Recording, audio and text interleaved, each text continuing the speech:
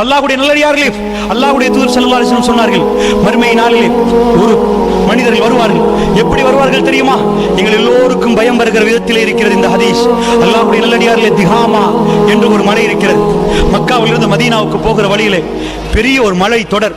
இந்த திஹாமா மலை தொடர் ரசூலுல்லாஹ் சொன்னார்கள், அந்த மக்களுக்கு வழங்கிக் கொடுத்து, திஹாமா மலை தொடர் அளவுக்கு நன்மையோடு ஒருவர் வருவார். அல்லாஹ்வுடைய நல்லடியார்களை நான் சொல்லுகிற நேரம் தயவு கூர்ந்து சொல்கிறேன், இது நானாக இருந்தால் என்று எண்ணிக்கொண்டு கேளுங்கள். அல்லாஹ்விடம் பாதுகாப்பு தேடுங்கள். அல்லாஹ்வுடைய நல்லடியார்கள், அல்லாஹ் என்னையும் உங்களையும் பாதுகாக்கணும். ஏன் சொல்கிறேன் தெரியுமா? தொழாதவர்களை பற்றி பேச வேண்டிய தேவையில்லை. அல்லாஹும் அவர்களுக்கும் நோன்பு பிடிக்காதவர்களை பற்றி பேச வேலையில்லை. அல்லாஹும் அவர்களும் பார்த்துக் கொள்வார்கள். இது யாரு தெரியுமா? அல்லாஹ்வுடைய நல்லடியார்களே, திஹாமா மலை தொடர் அளவுக்கு நன்மையோடு வருவார்களாம் ஒரு கூட்டம். அல்லாஹ்வுடைய தூதர் சொன்னார்கள், அவ்வளவு நன்மை. திஹாமா மலை என்றால் பெரிய மலை, எவ்வளவு நன்மை வைத்திருப்பார்கள். கொஞ்ச நஞ்சமா, 1000 2000 அந்த நேரத்தில் அல்லாஹ்வுடைய முன்னாடி வந்த உடனே அல்லாஹ் மறுபேச்சுக்கு இடம் வைக்காமல் அப்பா அம்மன் சூரா அந்த அவ்வளவு நன்மையும் துண்டு தூளாக்கி தூசாக்கி பறக்க விட்டு விடுவானாம் அல்லாஹ் ரப்பல் ஆலமீன். அவன் நீதமானவன் அல்லாஹ்வுடைய நல்லடியார்களே, அவன் நேர்மையானவன் அல்லாஹ்வுடைய நல்லடியார்களே.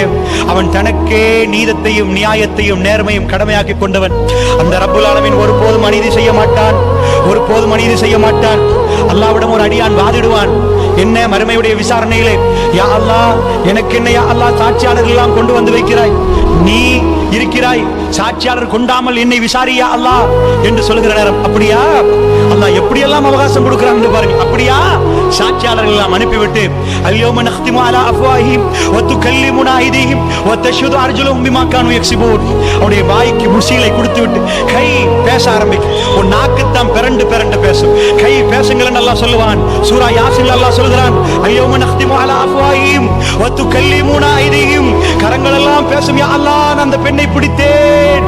அவருடைய நாக்குக்கு அல்லாஹ் சீல் வைத்து விட்டு வ தஷ்ஹது அர்ஜுலுஹும், அவருடைய கால்கள் சாட்சி சொல்லும், நான் போனேன் யா அல்லாஹ், அந்த அநியாயமான வியாபாரத்துக்கு இந்த காலால் தான் போனேன் யா அல்லாஹ் என்று சொல்லும். அல்லாஹ் ரப்பல் ஆலமீன் அப்படி விசாரிப்பான் என்றார்கள். மறுமை என்பது அல்லாஹ்வுடைய நல்லடியார்களே, நீங்கள் சாதாரண ஒன்று நினைக்கிறீர்களா?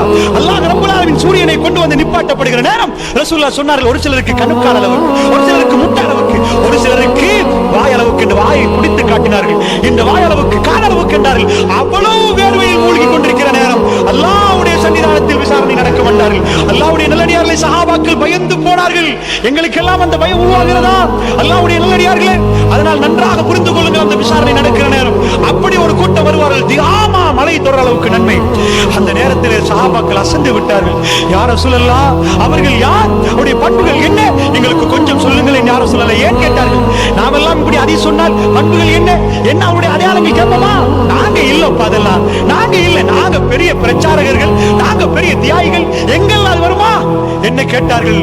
உயிர் கொடுத்த தியாகி, உயிரை திறப்பதற்கு தயாரான தியாகிகள், தன்னுடைய பிள்ளைகளை இழந்தவர்கள், தன்னுடைய தகப்பனை இழந்தவர்கள், ஒட்டுமொத்த சொத்தையும் மக்காவிலே விட்டுவிட்டு ஒரே ஒரு ஆடையோடு மதீனாவுக்கு வந்தவர்கள், எந்த பொருளாதாரத்தையும் விரும்பாதவர்கள், இந்த உலகத்தில் ரப்பல் ஆலமீனுக்காக வேண்டி எல்லாத்தையும் திறந்து கொடுத்தவர்கள்.